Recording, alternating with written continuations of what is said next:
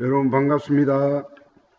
오늘도 학생 발표와 또 저희 강의를 통해서 많은 것을 깨닫고 또 은혜 받는 복된 시간 되었으면 합니다. 오늘 발표 주제는 바로 제2의 인터넷 혁명이라 할 수 있는 블록체인입니다. 블록체인. 여러분 흔히들 우리 이 시대를 4차 혁명 시대라고 하는데 그 4차 혁명 시대의 마지막이 보면 인공지능 시대라 그러죠. 인공지능 시대. AI 시대라고 그러는데 여러분 이 AI 시대의 그 산물이 뭐냐면 여러 가지가 있는데 특별히 인공 로봇, 사물 인터넷, 빅데이터, 3D 프린팅, 자율자동차, 드론, 블록체인 등을 들 수가 있습니다. 여러분 여기서 우리가 또 질문을 던져야 되는 것이 단순히 과학적인 공부만 할 것이 아니라 물론 과학적인 지식을 쌓지만 여기서 또 우리가 항상 이 과학이 우리 인간에게 어떤 영향을 끼치는가 이런 질문을 자꾸 던져야 합니다. 이러한 과학의 발달은 인간을 더욱 편하게 하고 편리하는 데는 뭐 다 도움이 되죠. 그러나 항상 우리는 이런 질문을 던져야 하죠.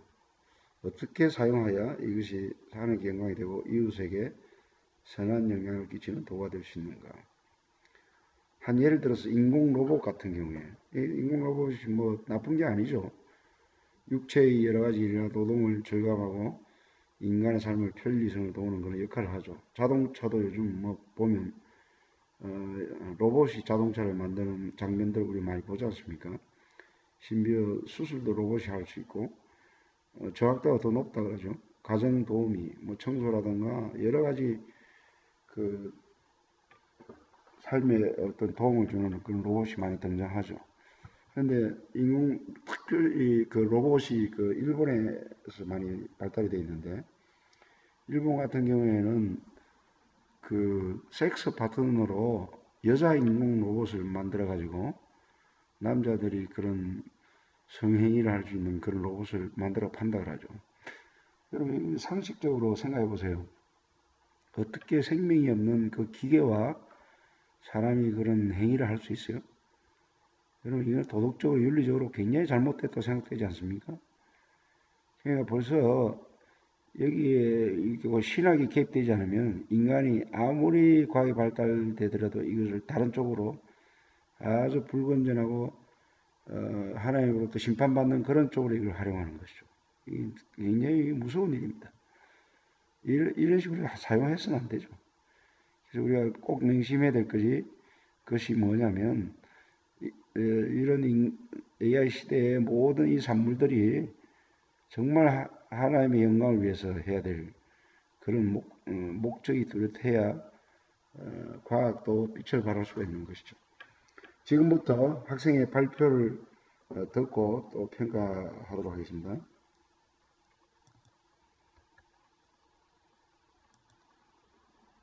안녕하세요. 블록체인에 대해 발표하게 된 4조입니다. 블록체인의 정의와 유래, 블록체인의 종류와 특징, 블록체인의 활용 분야 순서로 발표를 시작하겠습니다. 블록체인이란 블록의 데이터를 담아 체인 형태로 연결하여 수많은 컴퓨터에 동시에 이를 복제해 저장하는 분산형 데이터 저장 기술입니다. 또한 블록체인은 중앙 집중형 서버의 거래 기록을 보관하지 않고 거래에 참여하는 모든 사용자에게 거래 내역을 보여주며 거래 때마다 모든 참여자들이 정보를 공유하고 이를 대조해 데이터 위조나 변조를 못하도록 되어 있습니다. 즉, 모든 거래자의 전체 거래 정보 공유 및 대조를 통해 거래를 안전하게 만드는 보안 기술입니다. 따라서 블록체인은 공공거래정보라고 부릅니다. 다음으로 블록체인의 유래입니다. 블록체인은 2008년 글로벌 금융위기 사태로 인해 많은 실업자들이 나오면서 시민들이 국가와 금융기관을 불신하게 되었습니다. 그러던 중 사토시 나카모토라는 익명의 누군가가 중앙 집권화된 금융 시스템에 대한 위험성을 감지하고 개인 간 거래가 가능한 블록체인 기술을 만들어냈습니다. 이후 사토시 나카모토는 2009년 블록체인을 이용하여 암호화폐인 비트코인을 만들어냈습니다. 즉, 비트코인을 우리가 보는 시계라고 한다면 블록체인이 시계를 작동시키는 톱니바퀴라고 할 수 있습니다. 다음으로는 블록체인의 종류입니다. 블록체인은 크게 퍼블릭 블록체인과 프라이빗 블록체인, 컨소시엄 블록체인으로 나뉩니다.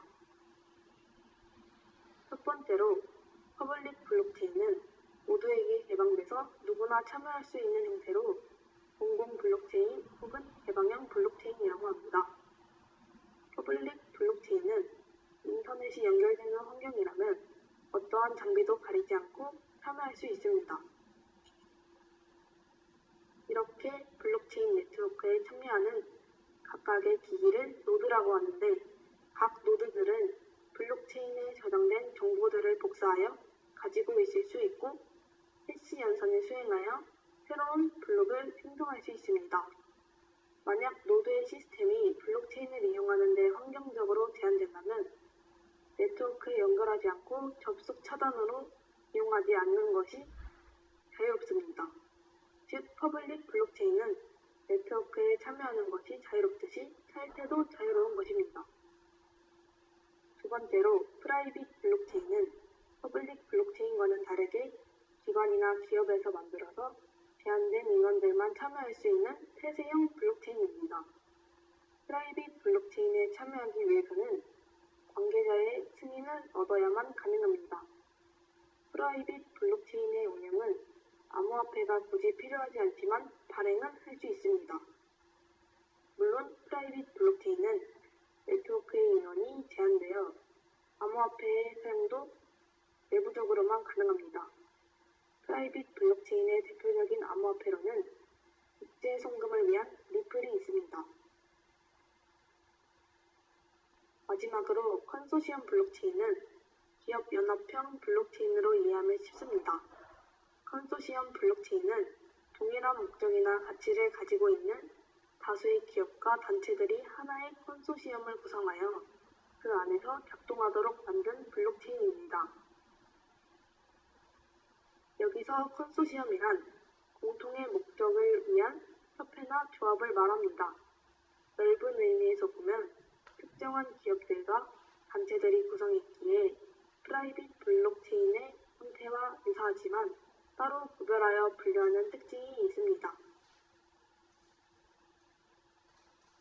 다음으로는 블록체인의 특징에 대해서 알아보겠습니다. 첫 번째로 블록체인은 권위 있는 중개기관이었고 자율적으로 참여자들에 의해서 운영되므로 탈중앙적인 특징이 있습니다. 두 번째로 블록체인은 거래 내역 해킹이 거의 불가능합니다. 기존에는 장부를 꽁꽁 숨기며 철통 보안을 유지하는 보안 방식이었습니다. 그러나 은행이 해킹당하는 경우만 봐도 완벽히 보안되지 않는다는 것을 알 수 있습니다. 그러나 블록체인은 동일한 장부를 모든 사람이 나눠 갖는 것이기 때문에 어떠한 한 사람이 위조를 한다면 장부를 공유하는 사람들이 금방 알아차릴 수 있습니다. 해킹 방법 중 디도스 공격이라는 해킹이 있습니다. 디도스란 다수의 분산된 컴퓨터를 통해 서버가 처리할 수 없는 용량을 초과하도록 하여 과부하로 서버가 다운되거나 접속할 수 없도록 하는 것입니다. 그런데 블록체인 시스템은 서버 클라이언트 구조가 아니기 때문에 특정 노드들을 멈추게 한다 하여도 전체 블록체인 시스템을 마비시킬 수 없습니다. 또 다른 해킹 방법으로 랜섬웨어가 있습니다. 랜섬웨어란 컴퓨터 시스템을 감염시켜 접근을 제한하고 이를 해결하고자 할 때 몸값을 요구하는 악성 소프트웨어를 말합니다. 이 역시 기존 중앙 집권화 시스템의 서버 클라이언트 구조에서 서버를 감염시켜 클라이언트의 접속을 제한할 수 있었지만 블록체인 시스템에서는 특정 노드들을 감염시킨다 하더라도 동시에 마비시킬 수 없다면 블록체인 서비스를 제공할 수 있습니다. 따라서 현재로서는 블록체인의 거의 모든 해킹 방법을 동원해도 해킹을 할 수 없다고 판단할 수 있습니다. 다음으로 블록체인이 활용되는 분야에 대해 말씀드리겠습니다. 첫 번째로 암호화폐가 있습니다. 블록체인의 섬이라고 불리는 몰타의 조셉 무스켓 총리가 제73차 유엔 총회에서 암호화폐는 피할 수 없는 돈의 미래라고 했는데요. 이뿐만 아니라 블록체인 기술이 시스템을 혁신시키고 향상시킬 것이라고 믿는다라고도 했습니다. 블록체인 기술이 가상화폐 개발자인 사토시 나카모토에 의해 처음으로 등장한 개념인 만큼 블록체인이 활용되고 있는 분야 중 가장 빈도수가 높다고 볼 수 있습니다. 암호화폐를 사용할 때 운영자는 블록의 금전 거래 내역을 저장하여 거래에 참여하는 모든 사용자에게 거래 내역을 보내주며 거래 때마다 이를 대조하여 데이터 위조를 방지합니다. 지난 2009년에 출시된 비트코인을 포함해 라이트코인과 리플, 이더리움과 같은 다양한 형태의 암호화폐들이 만들어졌습니다. 두 번째로는 자산 관리에 이용되는데요. 매매나 거래, 소유권 이전 등 최근에는 스마트 자산 관리에도 활용되고 있습니다. 블록체인 기술이 적용된 자산 관리 서비스는 동사무소에서 인감증명서나 부동산 등기부 등본을 요구하는 일정의 번거로운 과정을 생략시킬 수 있어 편리하다고 볼 수 있습니다. 세 번째로는 병원에서의 의료기록 공유인데요. 병원에서는 진료 과목에 따라서 플랫폼에 환자의 정보를 저장하는데 이를 활용해 정확한 진단을 내리는 것은 물론 치료 비용 등을 절감할 수 있으며 블록체인 기술의 활용으로 개인정보 보호의 면에서도 도움이 됩니다.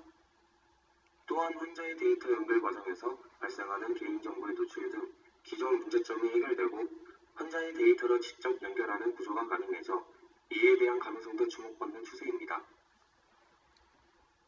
네 번째로는 화물 추적 시스템이 있습니다. 미국 블록체인 물류 서비스 기업인 십체인과 GPS NFC 기반 위치 추적 서비스 업체 GTX가 협업하여 NFC 블록체인 화물 추적 솔루션이 개발되었다고 합니다. 우리나라에서도 블록체인 플랫폼을 이용하여 네덜란드로 추적 발송을 한 사례가 있습니다. 다섯 번째로 예술품 거래의 투명성에도 블록체인이 기여를 하고 있는데요. 블록체인 기술은 이용자의 구매 내역, 증명서, 법률 및 보험 서류들을 신뢰할 수 있는 데이터베이스에 영구적으로 보관하므로 거래의 투명성이 보장됩니다. 또한 작가가 블록체인으로 판매 기록을 등록 시 소유권 추적이 가능해지기 때문에 작품의 복제 가능성도 차단됩니다. 즉, 예술 거래에 있어 투명한 거래 환경이 조성될 것이라 예상됩니다. 여섯 번째로 전자투표가 있는데요. 최근 부정선거의 대안으로 블록체인을 이용한 전자투표에 대한 관심이 높아졌습니다. 블록체인을 이용한 전자투표를 통해 탈중앙화를 하여 개인의 투표 내용이 한 서버에 저장되는 것이 아니기 때문에 투표자들은 모두 개별 블록에 담긴 정보를 공유하고 검증할 수 있습니다. 결과적으로 투표 관련 데이터가 분산 저장됨에 따라 해킹 등의 공격 시도가 있을 수 있지만 위 변조가 사실상 불가능하다는 것을 알 수 있습니다. 전자투표는 아직 우리나라에는 도입되지 않았으나 스페인에 도입된 사례가 있다고 합니다. 일곱 번째로는 차량 공유 시스템이 있습니다. 이 시스템에 블록체인 기술이 합쳐져 애플리케이션에 자신의 위치를 입력하고 차를 공유해줄 의사가 있는 사람들을 호출한 후 차량 주인이 오면 암호화폐로 거래에 손쉽게 차를 이용할 수 있습니다. 차량을 이용한 후 자동으로 거리 계산이 되어 이용요금이 책정된다고 합니다. 여덟 번째로 디지털 자산 보관 서비스가 있는데 이는 고객이 보유하고 있는 디지털 자산, 예를 들어 금융, 의료, 신용 정보를 안전하게 보관할 수 있는 일종의 모바일 금고 개념이라고 할 수 있습니다. 언제든지 자신의 디지털 자산을 활용할 수 있고 앞서 말씀드린 전자투표와 마찬가지로 디지털 자산을 열 수 있는 개인의 정보를 다양한 기관이 분산 보관하므로 해킹에 따른 개인정보 유출 피해를 방지할 수 있습니다. 아홉 번째로 KTA 네트워크 블록체인 개발이 있습니다. 블록체인을 활용한 사례 중 대표적으로 KT가 세계 최초로 상용망에 블록체인 기술을 접목한 KT 네트워크 블록체인을 꼽을 수 있는데요. 이를 활용하여 기업의 디지털 자산 관리가 가능한 블록체인 기반 IT 자산 관리 시스템을 개발했다고 합니다. 이 시스템을 통해 기존의 기업이 업무를 진행하는 데에 걸리던 시간이 50%가량 단축되어 업무 처리 효율을 높일 수 있다고 합니다. 다음으로 호주 에너지 기업 파워레저는 블록체인으로 개인 간 전력 판매를 허용하는 시험 프로그램 개발 및 시범 사업을 추진하고 있습니다. 각 가정에 설치된 태양광 패널을 통해 낮 동안 모아진 에너지를 블록체인에 기록하고 미리 설정해둔 가격에 따라 이웃과 에너지 거래가 가능합니다. 소비자면서 생산자인 개인이 각자 팔려는 가격과 사려는 가격을 설정해두면 30분마다 시스템이 자동적으로 업데이트되어 거래가 체결됩니다. 생산된 태양광 에너지가 이웃으로 옮겨가는 것은 기존 전력회사의 전력망을 이용하여 이 과정에서 전력회사와 파워레저는 이용 수수료를 받습니다. 다음으로는 콘텐츠 분야입니다. 토클리의 블록체인 기반 음원 판매 서비스는 중개 없이 음악인과 소비자 간 직거래가 가능한 서비스를 제공하고 있습니다. 기존 음원 유통 구조는 음악인이 음원 유통업체와 제작사, 소수자 등과 계약을 맺고 수익을 정산한 뒤 배분받았던 구조입니다. 블록체인이 적용된 음원 유통 구조는 음악인 소비자 간 직거래가 가능합니다. 음악인 수익 증가 및 거래 정보를 블록체인에 기록해 정확한 정보 제공이 가능하다고 합니다. 마지막으로는 축산물 이력 관리 시스템이 있는데요. 축산물 이력제는 소의 사육, 도축, 가공, 판매 단계의 정보를 기록 및 관리하여 축산물 위생 및 안전 문제 발생 시 이력을 추적할 수 있는 제도로 2008년부터 시행 중입니다.